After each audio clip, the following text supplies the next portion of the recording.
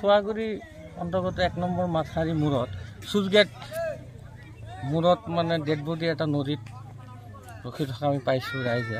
ৰাতিপুৱা মই মোক ইয়াৰ পৰা কোনোবা ফোন কৰিলে 2-3টা ল'ৰাই কৈছে আমাৰ ইয়াত ডেড বডি এটা আহিছে, আহি এনেকৈ ৰখি আছে। তাৰপিছত মই ৰিভাৰ থানাক জনাইছোঁ, আমাৰ ৰিভাৰ ষ্টাফ আহিছে, আহি তদন্ত কৰি আমি চিনাকি কৰিব পৰা নাই, এনে ডেড বডিটো ইয়াত ৰখাই থোৱা হৈছে।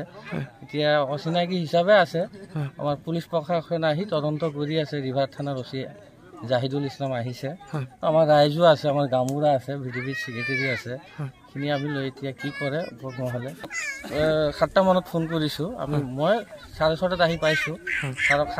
পুৱা ভাগত গম পাইছোঁ, ৰাতিপুৱা ইয়াৰ পৰাই ফোন কৰিছে, আমাৰ ৰাইজে চাইছে, ফোন কৰিছে, আমি আহি চালোঁ।